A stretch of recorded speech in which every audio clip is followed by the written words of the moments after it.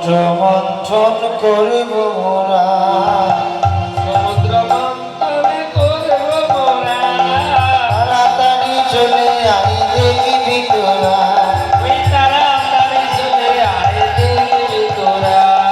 সমুদ্র মন্থন করব মোরা, ওই সমুদ্র মন্থন করব মোরা, তাড়াতাড়ি চলে আই দেখবি তোরা, ওই তাড়াতাড়ি চলে আয় দেখবি তোরা।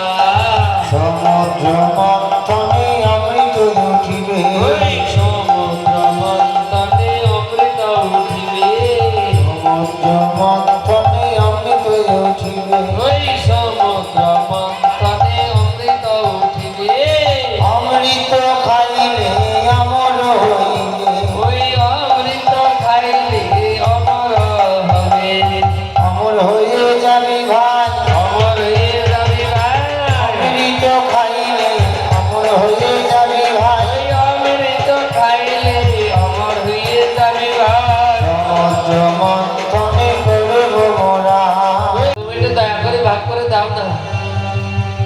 ভগবান নারায়ণ বললেন, শোনো দেখো আমি অবলা নারী, আমি কিছু জানি না বুঝি না, কারে কম দেবো কারে বেশি দেবো কারে দেবো না কাকে দেবো না এটা আসতে বললেন। এখন অসুর বললেন, দেখো তুমি যা দিবে সেটাই আমরা মেনে নেব, অতএব তুমি দয়া করে একটু অমৃতটা ভাগ করে দাও না। আজকে ভগবান নারায়ণ বললেন, শোনো করার জন্য প্রস্তুতি নিলেন।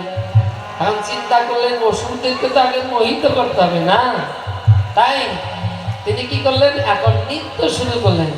তার এই এক পলক দেখে আমি হইয়াছি পাগল, এক পলক দেখে আমি হইয়াছি পাগল, তার এই এক পলক দেখে আমি হইয়াছি পাগল, তাই এক পলক দেখে আমি হইয়াছি পাগল, ও সজনী দিন রজনী জান লাগিয়া জরিয়া গোল, কোথায় গেলে পাবো তার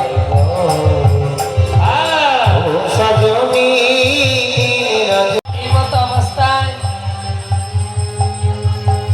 সেই যুদ্ধে দেবতাদের কাছে অমৃত নিয়ে আজকে অসুররা অমৃত নিয়ে চলে গেল। তখন বললে, বলি বলুন গুরুদেব, শোনো একে দান দেওয়া যাবে না। কেন? বলে একে যদি দান দাও আর সেই দান কি হবে?